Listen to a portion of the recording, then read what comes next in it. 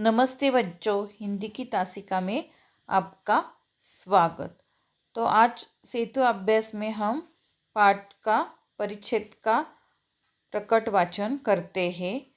हमारे संघर्ष की सफलता के लिए मैं बहुत अधिक आशावादी हूँ, क्योंकि मैं केवल पूर्व एशिया के 30 लाख भारतीयों के प्रयासों पर निर्भर नहीं हूँ।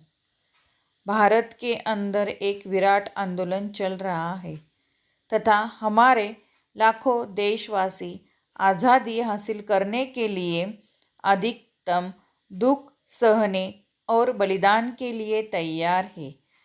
दुर्भाग्यवश सन 1857 के महान संघर्ष के बाद हमारे देशवासी निहत्थे हैं, जबकि दुश्मन हथियारों से लदा हुआ है। आज के इस आधुनिक युग में निहत्थे लोगों के लिए हथियारों और आधुनिक सेना के बिना आज़ादी हासिल करना नामुमकिन है। अब ज़रूरत सिर्फ इस बात की है कि अपनी आज़ादी की कीमत चुकाने के लिए भारतीय स्वयं आगे आए। संपूर्ण सैन्य संगठन के कार्यक्रम के अनुसार मैंने आपसे जवानों, धन और सामग्री की मांग की थी। मुझे आपको बताने में खुशी हो रही है कि हमें पर्याप्त संख्या में रंगरूट मिल गए हैं।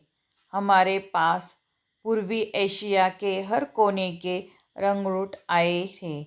चीन, जापान, इंडोचीन, Philippines, Java, Borneo, Celebes, Sumatra, Malaya, Thailand और बर्मा से। परिच्छेद तुम मुझे खून दो। इस पाठ से है नेताजी सुभाष चंद्र बोस। भारतीय स्वतंत्रता संग्राम में स्वनाम धन्य नेताजी सुभाष चंद्र बोस का योगदान अविस्मरणीय है। द्वितीय विश्व युद्ध के समय आज़ाद हिंद सेना को स्वतंत्रता प्राप्त हेतु युद्ध करने के लिए प्रेरित करते हुए आपने यह भाषण दिया था।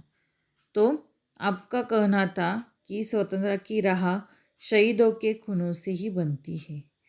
खून देकर आज़ादी की कीमत चुकाई जा सकती है।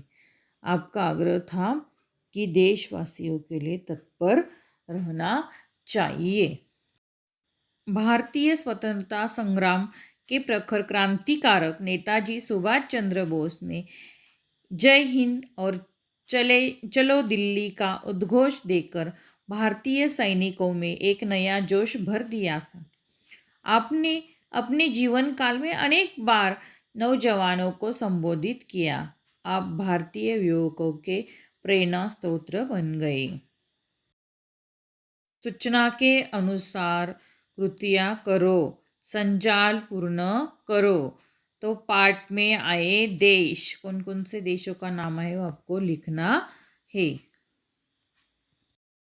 भाषा बिंदु, निम्नलिखित वाक्यों के काल के भेद लिखो। यह जो 4 वाक्य उनके काल के भेद आपको लिखना है। आओ सृजन करें। निम्नलिखित मेरे प्रिय नेता, इस विषय पर 5 वाक्य लिखो।